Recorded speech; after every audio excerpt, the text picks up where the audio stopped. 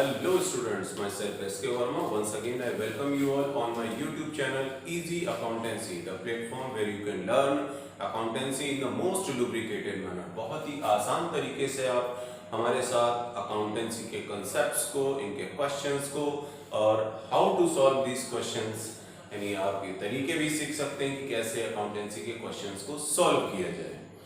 तो हमारा टॉपिक चल रहा है अभी तक बेसिक अकाउंटिंग टर्म्स। तो चलिए देखते हैं कि हमने इस बार कौन कौन से टर्म्स सिलेक्ट किए हैं जिसको हम डिस्कस करने वाले हैं। तो हमारे पास टर्म्स हैं ट्रेड पेबल, कॉस्ट, वाउचर और डिस्काउंट। तो देखते हैं कि ट्रेड पेबल क्या होता है। Trade payable amount payable for purchase of goods and services. Amount payable for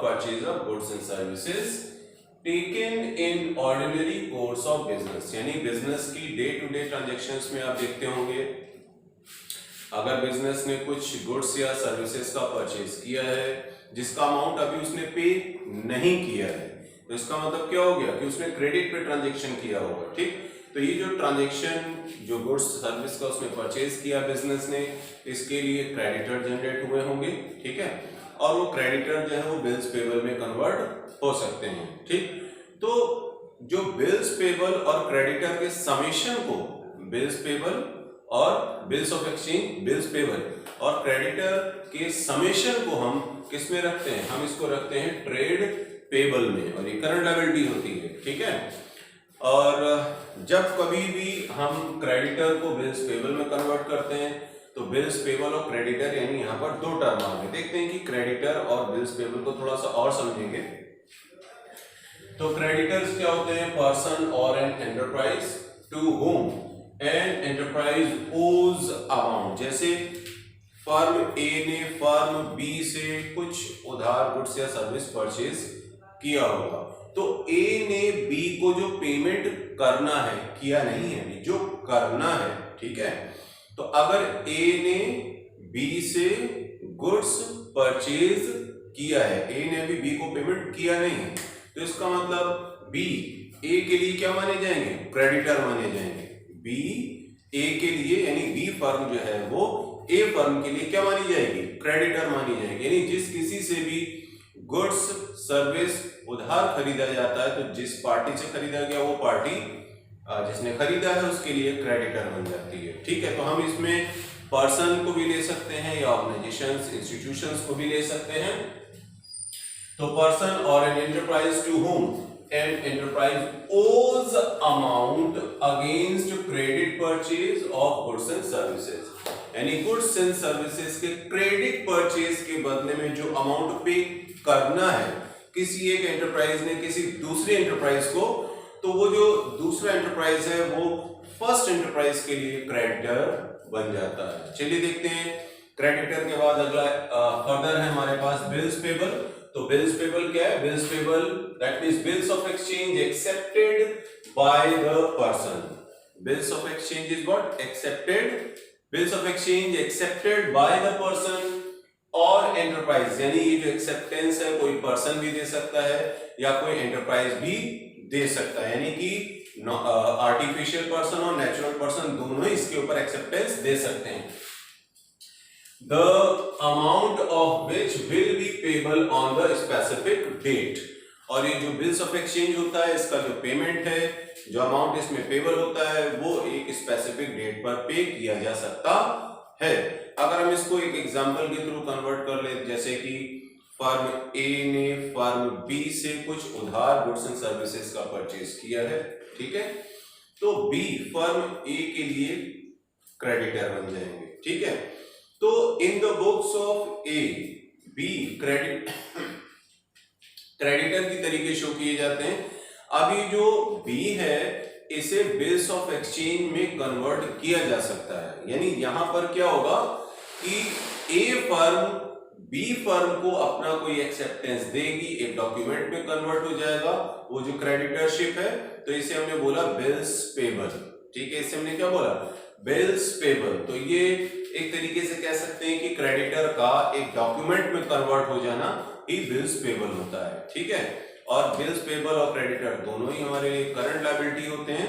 ठीक, तो स्पेसिफिक डेट पर इसका पेमेंट होता है, यानी उसमें क्लियरली मेंशन कर दिया जाता है कि जो बिल्स ऑफ एक्सचेंज के थ्रू ये क्लियर किया जाता है कि क्रेडिटर उस अमाउंट का किस डेट पर पेमेंट करने वाला है। इसमें और भी क्राइटेरियाज हैं, इसके बारे में हम लोग आगे डिस्कस करेंगे। चलिए अभी आगे देखते हैं कि हमने अगला टर्म लिया है, दैट इज कॉस्ट। तो कॉस्ट क्या होता है? Cost is the amount of expenditure incurred on और एट्रीब्यूटेबल, यानी cost is what? Expenditure incurred और अमाउंट एट्रीब्यूटेबल। कोई भी एक्सपेंडिचर किया जा रहा है, फर्म ने, एंटरप्राइज ने, ठीक है, एंटरप्राइज ने कोई एक्सपेंडिचर किया है टू स्पेसिफाइड आर्टिकल, प्रोडक्ट और एक्टिविटी। स्पेसिफाइड आर्टिकल, प्रोडक्ट और एक्टिविटी के लिए अगर कोई एक्सपेंडिचर कोई फर्म कर रही है, कोई एंटरप्राइज कर रही है, तो इस तरीके के अमाउंट को हम क्या लेकर के चलते हैं? हम कॉस्ट लेकर के चलते हैं। तो इसको और अगर हम थोड़ा सा एलैबोरेट करें तो जैसे कोई एक एंटरप्राइज है, वो उसका काम जो है वो ट्रेड का है, ठीक, तो वो क्या करेगी? वो कोई ना कोई गुड्स लेकर के आएगी और उसे बेच रही होगी। तो जो परचेज उसने कर दिया, ठीक है, उसके लिए उसने कुछ ना कुछ उसको एक्वायर करने में कुछ ना कुछ उसने एक्सपेंस भी जोड़े होंगे, ठीक है। तो इसको हम कलेक्टिवली क्या कहेंगे? इसे हम कहेंगे कॉस्ट। यानी अगर आपने किसी गुड्स का सेल करना है तो उस सेल को कन्वर्ट करने के लिए उसमें कॉस्ट का इन्वॉल्वमेंट होता है, ठीक है। तो cost basically amount of expenditure incurred on और attributable to specified article, product और एक्टिविटी में हम लेकर के चलते हैं जो अमाउंट, ठीक है। चलिए अगला टर्म हम देखते हैं, वाउचर। तो वाउचर क्या होता है? वाउचर एक तरीके से एक एविडेंस है, ठीक है। वाउचर क्या है? Voucher is a sort of evidence कि अगर कोई ट्रांजैक्शन हो रहा है, बिजनेस ट्रांजैक्शन हो रहा है, तो उसका एक रिटन प्रूफ हो जाता है, ठीक है। तो अगर हम आगे इसमें देखें, an evidence of business transaction, like for example cash memo है, इनवॉइस है, और बिल, रिसिप्ट, डेबिट और क्रेडिट नोट, ये सभी एग्जांपल हो जाते हैं किसके? वाउचर के। अगला टर्म हम देखते हैं, डिस्काउंट। डिस्काउंट एक बहुत ही इंटरेस्टिंग टर्म है और आप लोग भी ये इस टर्म से काफी कुछ फैमिलियर होंगे, डे टू डे लाइफ में भी आप इससे रिलेटेड रहते हैं कहीं ना कहीं। अगर आप कोई ट्रांजैक्शन करते हैं, खरीदने के लिए आप जाते हैं कोई सामान बाजार से, जैसे फॉर एग्जांपल आपने किताब कोई खरीदी, ठीक है, तो किताब खरीदते समय आप सेलर से बोलते हैं कुछ रिबेट मिलेगा, ठीक है, यानी जो कैटलॉग प्राइस उसका है, जो लिस्ट प्राइस है, उस लिस्ट प्राइस पर जो प्रिंटेड प्राइस है, आप बोलते हैं कि क्या जब कभी भी आपने कोई किताब खरीदी है, अगर जैसे अकाउंट्स की आपने, अकाउंटेंसी की आपने किताब खरीदी, तो उसके ऊपर एक प्राइस प्रिंट होता है, तो जो क्या सेलर ने आपको वो जो बुक आपने परचेज करी उसी प्राइस पर दिया है? देखिए नॉर्मली ये आप देखेंगे डे टू डे लाइफ में, अगर आप ट्रांजैक्शंस कर रहे होंगे तो देखिए कुछ ना कुछ डिस्काउंट आप डिमांड करते हैं और सेलर देता भी है, ठीक है। जब कभी भी डिस्काउंट सेलर सेल को प्रमोट करने के लिए देता है, ठीक, एक डिस्काउंट हो जाता है सेल को प्रमोट करने के लिए सेलर ने डिस्काउंट दिया, और दूसरा होता है प्रॉम्प्ट पेमेंट के लिए डिस्काउंट देता है, ठीक है। जो प्रॉम्प्ट पेमेंट के लिए जब कभी डिस्काउंट दिया जाएगा तो वो कैश डिस्काउंट में आ जाता है, और जब सेल को प्रमोट करने के लिए डिस्काउंट दिया जाएगा तो उसे हम ट्रेड डिस्काउंट कहते हैं। चलिए देखते हैं और थोड़ा इसके बारे में और समझेंगे। Discount a reduction in the price of goods or from the amount to be paid to a customer by the enterprise। आप किसी दुकान से, आप सपोज दैट बुक स्टॉल से कोई बुक खरीदने के लिए गए, तो उस सेलर ने आपको कुछ ना कुछ अमाउंट में, उस प्राइस में, जो प्रिंट प्राइस है उसमें कुछ ना कुछ रिडक्शन करके, जो अगर जितना रिडक्शन उसने किया है प्रिंट प्राइस पर, जितना उसने रिडक्शन किया और आपको उस रिडक्शन प्राइस को हटाने के बाद बचे हुए प्राइस पर उसने आपको सेल की होगी, ठीक। सपोज दैट 500 रुपीज बुक जो आप खरीदने जा रहे हैं उसके ऊपर लिखा हुआ है प्राइस, उसने 10% का डिस्काउंट दिया, तो यानी ये जो 10% यानी अब वो आपसे 50 रुपीज कम चार्ज करेगा, ठीक है।